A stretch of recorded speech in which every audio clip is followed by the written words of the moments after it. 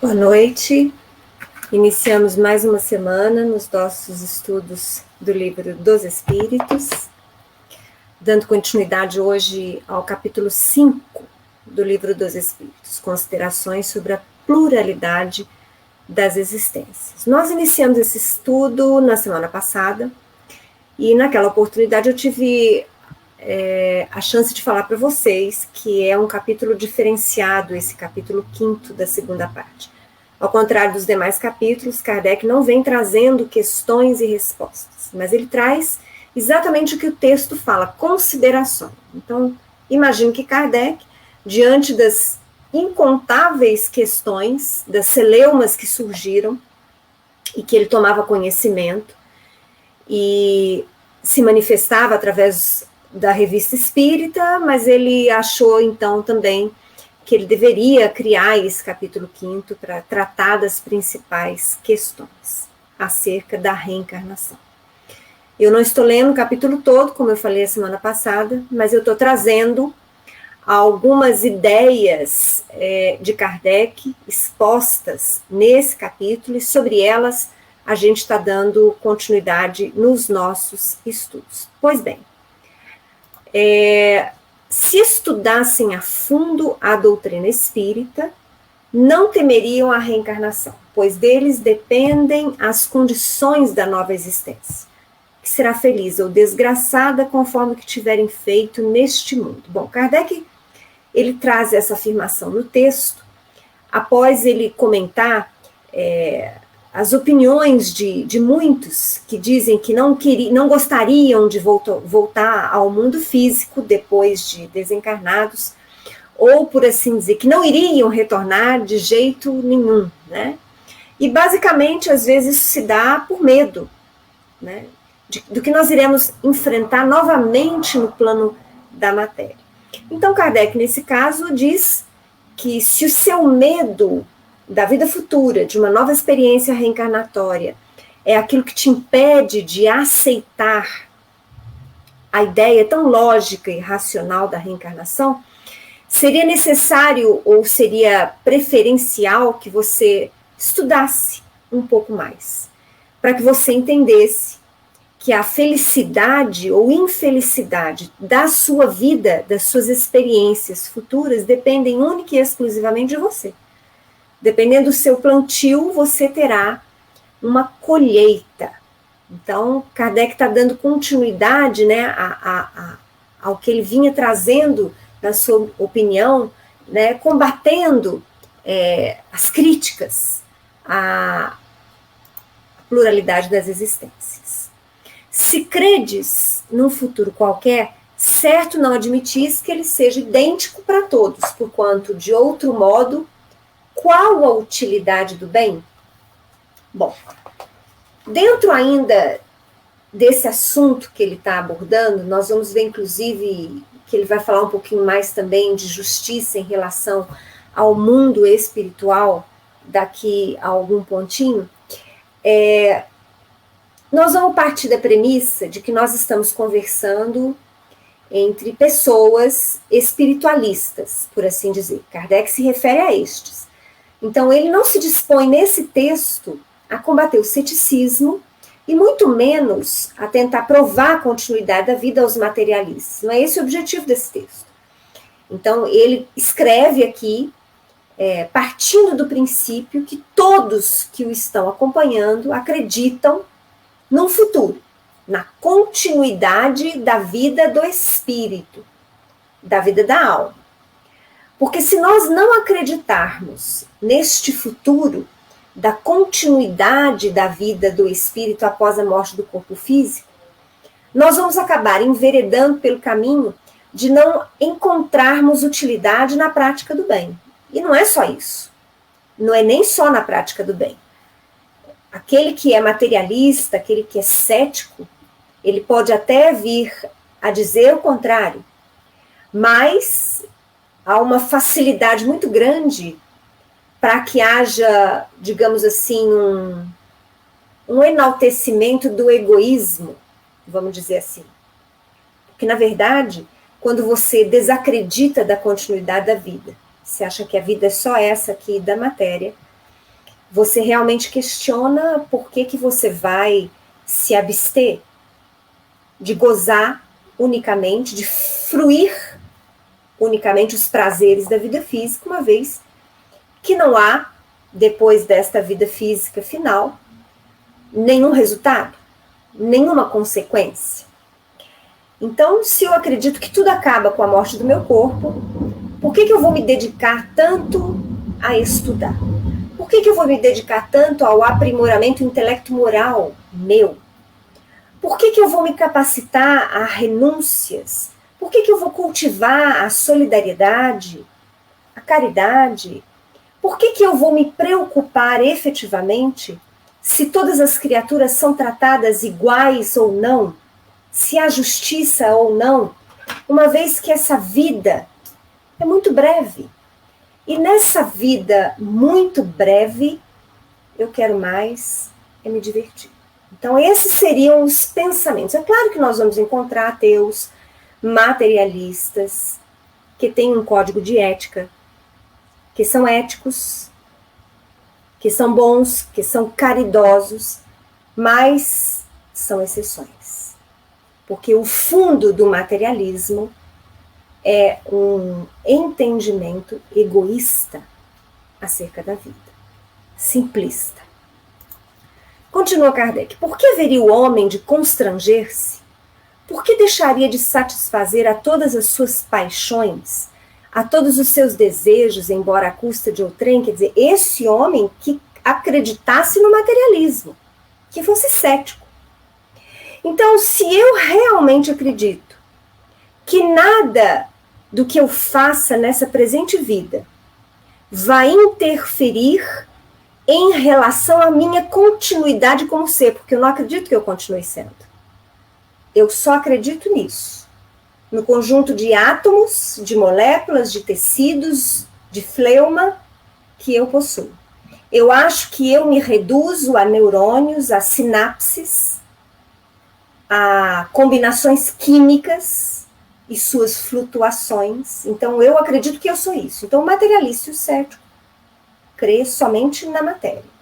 E se ele crê somente na matéria, ele não vai, então, no dizer de Kardec, e é o entendimento que eu compartilho com ele, não vai se preocupar muito em relação ao trato, digamos assim, coletivo, ao respeito, à solidariedade, à humanidade em si, porque 70, 80, 90 anos é um período muito rápido. Se eu acredito que eu só tenho isso, no fundo, o meu egoísmo vai falar mais alto e eu vou achar que o importante sou somente eu, o meu gozo de prazeres, o meu usufruto de absolutamente tudo que o mundo possa me ofertar. Porque depois desse tempo eu acredito que eu não sou mais ninguém. Eu não existo. Continua Kardec. Credes que o futuro da vida após a morte será mais ou menos ditoso ou inditoso, conforme o que houverdes feito durante a vida? Então, dentro desse texto, Kardec fala primeiro, traz aqueles posicionamentos em relação ao materialista. Porque ele quer defender a continuidade da vida. Então, ele quer mostrar para todos nós o quanto o materialismo falta-lhe base. E não só falta-lhe base, mas o quanto falta ao materialismo de substância que possa nos acalentar, que possa nos consolar, que possa nos preparar, nos fortalecer para o enfrentamento dos desafios da vida, para o enfrentamento da morte. Então, Kardec primeiro traz esses posicionamentos contrários ao entendimento materialista. Mas já aqui Kardec já começa, voltando a falar novamente, para os espiritualistas, que somos aqueles que acreditamos na continuidade da vida após a morte física. Então, nós acreditamos que existe, que somos um espírito, que somos uma alma quando encarnados. E que após a morte do corpo físico, nós continuamos existindo em condições diferenciadas, em um mundo diferenciado. para nós espíritas, os planos espirituais. Para os demais espiritualistas das religiões tradicionais e dogmáticas, eles não têm uma ideia muito bem firmada sobre isso. Fica aí a dúvida entre o céu, entre ficar dormindo até o juízo final. Isso não é muito certo nas religiões tradicionais, mas elas todas acreditam na continuidade da vida. Ou seja, que existe um espírito, existe uma alma. Mas nós espíritas, mais didáticos, estudamos com mais especificidade, sabemos que a continuidade da nossa vida se dá nos planos espirituais. E aí, para nós, todos nós, espíritas e espiritualistas, Kardec pergunta: bom, mas então se vocês acreditam no futuro, vocês acreditam que possa haver um futuro mais ditoso ou inditoso, conforme o que você tiver sido na vida? Ou seja, em consonância com quem você é, com as suas obras. Você acredita que isso que você realiza na sua vida como encarnado vai interferir na felicidade ou na infelicidade que você há de encontrar na continuidade da vida após a morte física? E aí ele vai, então, tecendo outras considerações. Ele ainda pergunta para nós também espiritualistas: teríeis a pretensão de serdes dos homens mais perfeitos que hajam existido na Terra? E, pois, com direito a alcançardes de um salto a suprema felicidade dos eleitos? Kardec quer saber o seguinte: então tá, vocês acreditam que há continuidade da vida depois da morte física? Pois bem, somos espiritualistas. Vocês acreditam ainda que aquilo que nós fazemos, quem nós somos, interfere nessa colheita da vida futura que nós vamos ter? Quer dizer, vai definir essa vida futura. A nossa vida atual vai definir a vida futura. Mas ele quer saber mais. Vocês acham que vocês são os homens mais perfeitos que têm existido na Terra? E que, portanto, vocês vão gozar de uma felicidade suprema quando chegarem no plano espiritual? Ou seja, depois que o corpo físico morrer, vocês acham que vocês serão merecedores da felicidade suprema? Está perguntando para nós. Kardec faz esse movimento, mesmo ele não trazendo esse capítulo com perguntas e respostas, vocês vão perceber que no texto ele traz muitas perguntas. Eu aconselho vocês a lerem depois o capítulo 5. Né? E por que Kardec faz isso? Eu acho que deve ser pelo mesmo motivo que motivava Sócrates. Né? A pergunta faz com que nós pensemos. O ato de perguntar, mesmo que seja de nós para conosco, ou que seja nós para vocês, vocês para mim, faz com que a gente movimente as ideias, medite. Não, quer dizer, respondendo a pergunta da colocação primeira, né? Quer dizer, vocês acham que vocês são homens tão perfeitos na Terra que vocês vão alcançar a felicidade suprema? Então ele mesmo responde: não. Kardec já responde por nós. Aí ele continua: admitis então que há homens de valor maior do que o vosso e com direito a um lugar melhor, sem daí resultar que vos conteis entre os réprobos. Certo? Pois bem, então vamos lá. Kardec disse aqui: então tá, vocês não são os homens mais perfeitos da Terra, então não vão certamente alcançar a felicidade suprema. Mas vamos supor que existam efetivamente homens superiores a nós, moralmente e intelectualmente falando. Existem homens superiores a nós. Mas mesmo nós não sendo, né, estes homens mais perfeitos, nós também não somos os piores. Certo? Estão acompanhando? Ou seja, nós estamos aí numa situação mediana. Nós não somos criminosos terríveis, mas também não somos angelicais. É isso que ele está afirmando aqui. Colocai-vos mentalmente por um instante nessa situação intermédia, que será a vossa, como acabastes de reconhecer. E imaginai que alguém vos venha dizer: nós que estamos nesta situação intermédia, não somos criminosos terríveis, mas também não somos seres angelicais. Então estamos na média. Temos defeitos e temos qualidades. Muitas vezes nós seguimos o enunciado de Paulo: o bem que eu quero fazer, esse eu não faço, e o mal que eu não quero, esse eu faço. Somos nós, ainda somos nós. Muitas vezes somos nós. Nós já temos um ideal superior. Nós já buscamos um entendimento maior das coisas. Nós realmente nos apaixonamos pela doutrina amorosa e justa de Jesus.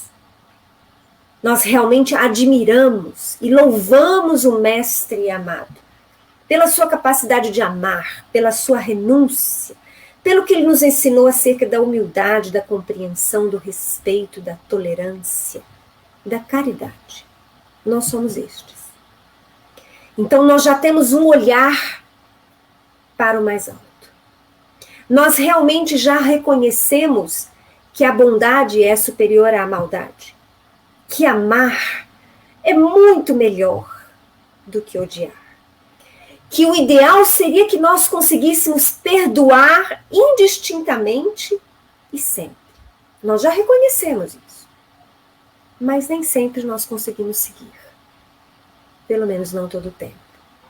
Nós ainda temos momentos em que conseguimos ser humildes e outros que não. Nós já amamos, mas ainda odiamos.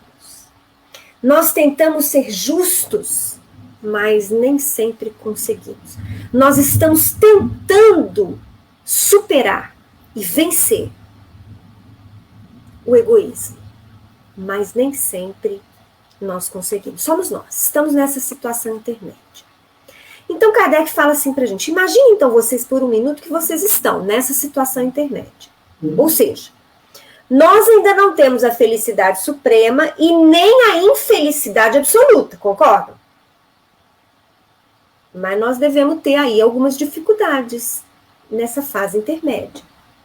E aí Kardec, então, nos faz pensar sobre o seguinte: imagina que alguém chega para nós e disse assim: sofreis, não sois tão felizes quanto poderíeis ser, ao passo que diante de vós estão seres que gozam de plena ventura.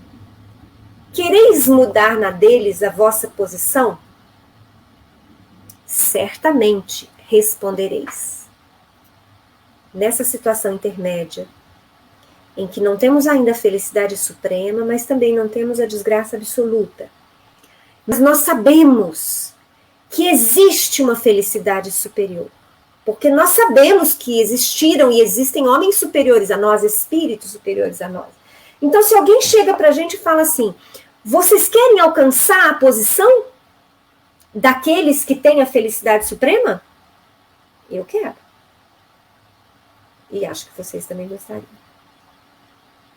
Kardec continua: que devemos fazer? Nós perguntamos. Quase nada, respondem os espíritos. Recomeçar o trabalho mal executado e executá-lo melhor. É isso justo? É equânime? Tem equilíbrio nessa colocação? Meditem sobre isso.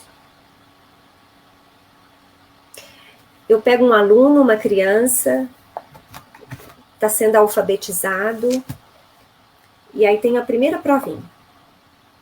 E nessa primeira prova ele foi mais ou menos. Mas ele ficou triste, porque outros coleguinhas conseguiram tirar 10 e ele tirou só 4. E aí a professora chega para ele e fala assim: você gostaria de fazer uma nova prova e tirar 10? Ah, eu quero. Eu quero. Bom, então basta que a gente retorne o estudo, refaça as lições de casa, né? Preste mais atenção na aula, se dedique melhor aos exercícios, se prepare melhor para a prova, que você pode então ter outra oportunidade de tirar o 10. É isso justo?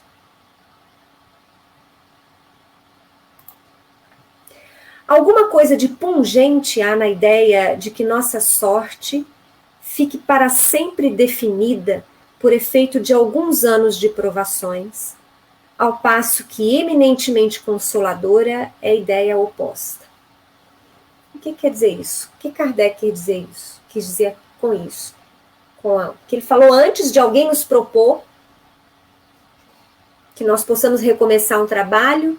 E o que ele quis dizer com essa ideia pungente? Quer dizer que é uma ideia angustiante.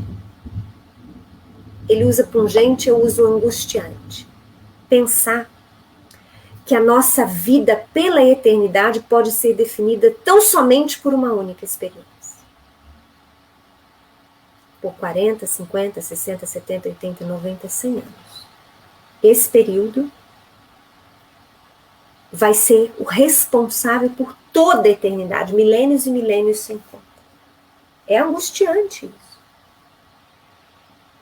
Se nós encarnados temos hoje oportunidades 1000 e as estamos aproveitando, então nós podemos estudamos, nós tivemos uma família amorosa, ou tivemos pais trabalhadores que nos ensinaram a força do trabalho, a oportunidade de estudo, nós estamos tendo contato com a doutrina espírita, buscando de forma efetiva domar as nossas más tendências, né? Clarear o nosso espírito. Para nós, já é um impacto você pensar que você só tem uma chance. Porque o seu futuro teria que ser definido aqui, agora. Então, agora imaginem vocês aqueles que não tiveram as mesmas oportunidades que nós. Que neste instante deixaram de viver e viveram somente alguns breves instantes. Alguns meses, alguns anos, algumas décadas. Imaginem aqueles que não tiveram paz, que nasceram em países onde a guerra medra há décadas. Aqueles que lutam no dia a dia pelo mínimo de alimento, porque nem isso muitas vezes eles têm. Imaginem aqueles que nascem em um meio viciado, criminoso, cruel, e que só colhem dos pais e do meio agressões, desamor, ódio. Imaginem para todos estes bilhões de seres na Terra, se eu afirmasse para cada um deles que somente essa oportunidade eles têm para definir toda a eternidade deles. Seria justo?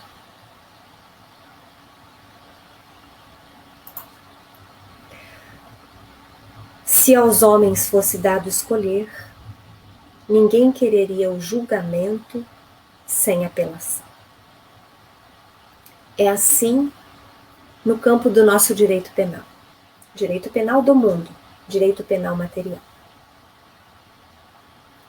Sempre há a possibilidade de se recorrer a outra instância quando você acha que o julgamento foi injusto. Ou porque você queira que outro analise as condições em que ele se deu. Imaginem vocês, então, em se tratando das nossas vidas eternas. Será mesmo que o Pai, que Jesus nos apresentou como amor absoluto, justiça absoluta, misericórdia, tolerância, perdão, perfeição em todas as instâncias, será mesmo que esse Pai seria tão duro conosco? Ou melhor dizendo, seria tão duro com todos os bilhões de nossos irmãos que muitas vezes não têm as mínimas condições para serem melhores? Eu acho que todos gostaríamos de uma nova oportunidade, de uma apelação, como diz Kardec. Também é preciso questionar, continua ele, para compreender-se a lógica da pluralidade das existências, se a alma já existia antes de nascer, ou se é criada no momento da concepção. Então aí Kardec inicia um outro campo de ilações. Então até aqui ele veio falando do futuro. Então quer dizer, em relação ao futuro nosso da eternidade, o entendimento acerca da pluralidade das existências é um entendimento muito mais consolador, muito mais justo, muito mais equânime. Porque pela pluralidade das existências eu posso perceber que aqueles bilhões de meus irmãos que não têm as mínimas oportunidades para serem melhores, poderão, em novas experiências, ter estas oportunidades. E então melhorarem-se. Mas Kardec fala aqui, então se em relação ao futuro há uma lógica, o entendimento acerca da pluralidade das existências, e esta lógica da reencarnação nos indica a efetiva justiça e igualdade do Criador para com todos os seus filhos. Porque se eu tiver uma única experiência, diante dessa diversidade toda que nós temos, gente com muitas oportunidades, gente com nenhuma oportunidade, gente com muita saúde, outros com nenhuma, gente que vive 10 horas, gente que vive 100 anos. É uma diversidade muito grande. Eu não consigo efetivamente verificar justiça e igualdade do amor de Deus. Pela pluralidade das existências, eu vejo igualdade e justiça. Mas Kardec não está falando. Então tá. Em relação ao futuro, a gente já pensou sobre ele. Agora, mas em relação ao antes? Vamos pensar, então, de onde veio a alma? De onde veio o espírito antes desta encarnação? Será que você já existia antes de nascer? Esse é o entendimento dos espíritas? Ou será que você, a sua alma, foi criada exatamente no momento da concepção? É o entendimento das igrejas dogmáticas e tradicionais. Então, Kardec fala assim, que agora nós vamos abordar a pluralidade das existências em relação a isso. E aí ele coloca. Ele traz algumas questões. Ele fala assim que é preciso que nós questionemos para pensar sobre isso. Porque muitas vezes a criatura, ela defende ou condena a reencarnação sem pensar. Ela segue o fluxo do pensamento mais fácil. Mas nós somos seres inteligentes, seres lógicos, racionais. Então Kardec vem trazer uma série de questões para que nós pensemos sobre essa questão. Pergunta ele primeiro. Por que mostra a alma aptidões tão diversas e independentes das ideias que a educação lhe fez adquirir? Ou seja, por que nós somos tão diferentes? Por que muitas vezes numa mesma família, em que os pais foram os mesmos, os meios, o meio foi o mesmo, às vezes até a frequência nas escolas, as escolas foram as mesmas. E por quê? Que mesmo assim os irmãos são tão diferentes. Por que nós temos não só ideias diferentes, mas aptidões, tendências? Desde cedo. Pergunta 2. De onde vem a aptidão extranormal que muitas crianças em tenra idade revelam para esta ou aquela arte, para esta ou aquela ciência, enquanto outras se conservam inferiores ou medíocres? Por quê? Por que existem crianças que sentam no piano com 3, 4 e tocam? E outras podem estudar 10 anos aquele instrumento, nossa, e não desenvolvem. Por que existem crianças com aptidão para as artes, pintam, dançam, Por que existem crianças bondosas desde sempre? E outras que você percebe a tendência à maldade e à violência desde cedo? E por isso os pais têm tarefa dobrada na educação destes. Por quê? Será mesmo que Deus, na sua perfeição absoluta, criaria almas tão diferentes no momento da concepção? Ou será que Deus está testando para se aperfeiçoar? Mas se a criação de Deus não é perfeita, ele não é Deus. Porque se Deus é perfeito, a sua obra também há de ser perfeita. 3. Donde em uns as ideias inatas ou intuitivas, que noutros não existem? Por que nós temos um Laplace, um Newton, um Einstein na ciência? Por que nós temos um Beethoven, um Chopin? Por que nós temos um Murakami, um Piaget?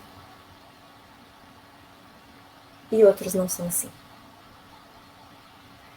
Por que nós temos homens e mulheres cujos pensamentos trazem desenvolvimento, evolução, luz ao mundo, e nós temos outros que trazem trevas, preconceito, guerra? Ou outros ainda, cujo pensamento não constrói absolutamente nada. Por quê? Nosso tempo acabou hoje. Amanhã a gente vai continuar. São, acho que 5 perguntas que Kardec traz e que depois ele vai trabalhar.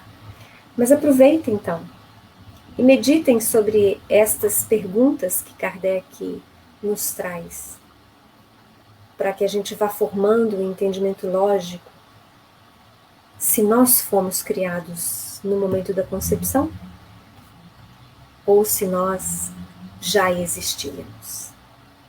Até amanhã, 7 horas eu aguardo vocês. Um grande abraço, obrigado pela companhia de vocês.